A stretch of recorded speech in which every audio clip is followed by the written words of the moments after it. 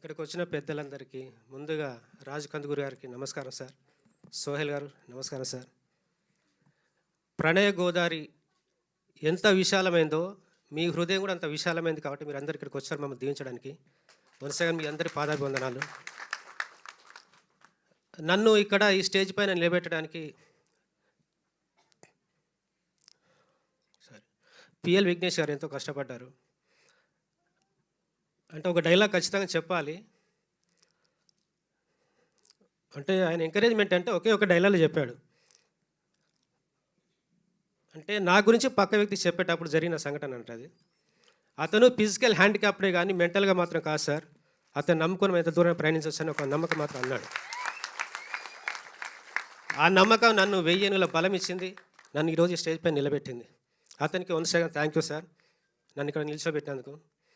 ఈ ప్రణయ గోదావరికి నా టాలెంట్ గమనించి నాతో పాటలు రాయించి కంపోజింగ్ చేయించి నాకు గొప్ప అవకాశం ఇచ్చి నన్ను మీ అందరు పరిచయం చేస్తున్నాడు.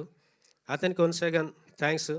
మీరు ఇక్కడ నుంచి నన్ను మీరు భరించాలి, నన్ను మీరు మోయాలి, నన్ను మీరు బ్రతికించాలి. అది నా ఆశ, నా ఆశయం.